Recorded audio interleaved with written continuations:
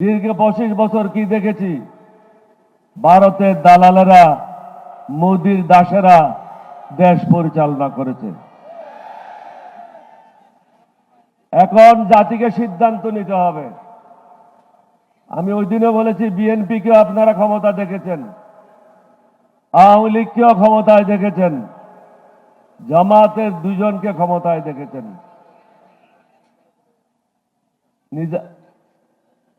মুজাহিদ সাহেব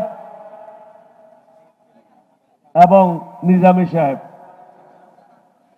2008 সালে আমরা কয়েকজন ছাড়া, নিজামী সাহেব ছাড়া, আলী হাসান, মুজাহিদ ছাড়া বাকি সবাই দুর্নীতির দায়ে জেলে আবদ্ধ ছিল।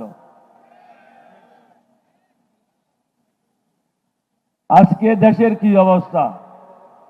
আমরা কাপড় পাল্টাচ্ছি, নাম পাল্টাচ্ছি, কিন্তু দুর্নীতি থেকে আমরা বেরিয়ে আসতে পারি নাই, চাঁদাবাজির থেকে বেরিয়ে আসতে পারি নাই। আমরা যারা আজকে মঞ্চে বসে আছি, আমরা আজকে আমাদের জীবনের শেষ যুদ্ধ। এই যুদ্ধ হবে 1971 সালে যে স্বপ্ন ছিল, সেই স্বপ্ন বাস্তবায়ন করা। ভারতের দাসত্ব মুক্ত বাংলাদেশ, চাঁদাবাজ মুক্ত বাংলাদেশ, দুর্নীতি মুক্ত বাংলাদেশ, যেখানে গরিব ধনীর মধ্যে বিচারের কোনো পার্থক্য থাকবে না। এখন একটা বড় লোক থানায় গেলে তাকে আদরের সম্বর্ধনা জানিয়ে ভিতরে নেওয়া হয়, গরিবকে বাইরে রাখা হয়, কারণ সমাজে ইনসাফ নাই। আমরা যারা এখানে আছি, আমরা ওয়াদাবদ্ধ, নতুন বাংলাদেশ আমরা আপনাদেরকে উপহার দিতে চাই। সমগ্র জাতিকে চিন্তা করতে হবে। আজকে যারা আমাদের বিরুদ্ধে আছে, তারা দিল্লি সেবা দাস হিসাবে নিজকে পরিচিত করেছে। সেবা দাসদেরকে আমরা বাংলাদেশের দায়িত্ব দিতে পারি না। সেবা দাসদের সাথে আমরা বাংলাদেশকে হস্তান্তর করতে পারি না।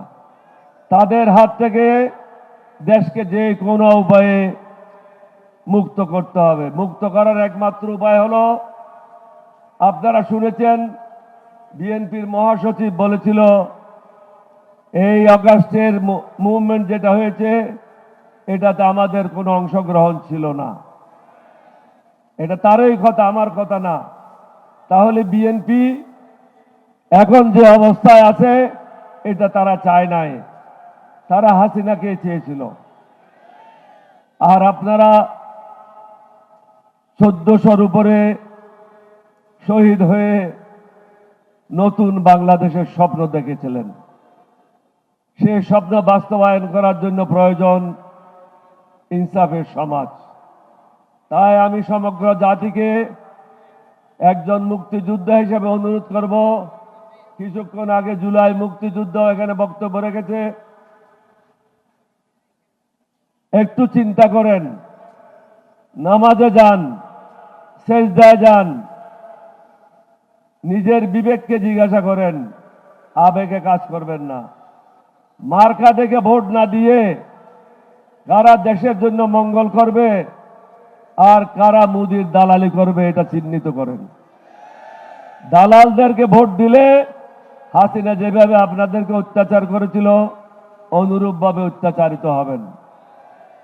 কেউ আপনাদেরকে মুক্তি দিতে পারবে না। সমগ্র জাতিকে একটা জায়গায় এসে অবস্থান নিতে হবে। আজকে যে 11 দলীয় ঐক্য জোট গঠিত হয়েছে, 11 দলীয় ঐক্য জোটের প্রার্থীরা যে যেখানে আছে, তাদেরকে ভোট দিতে হবে।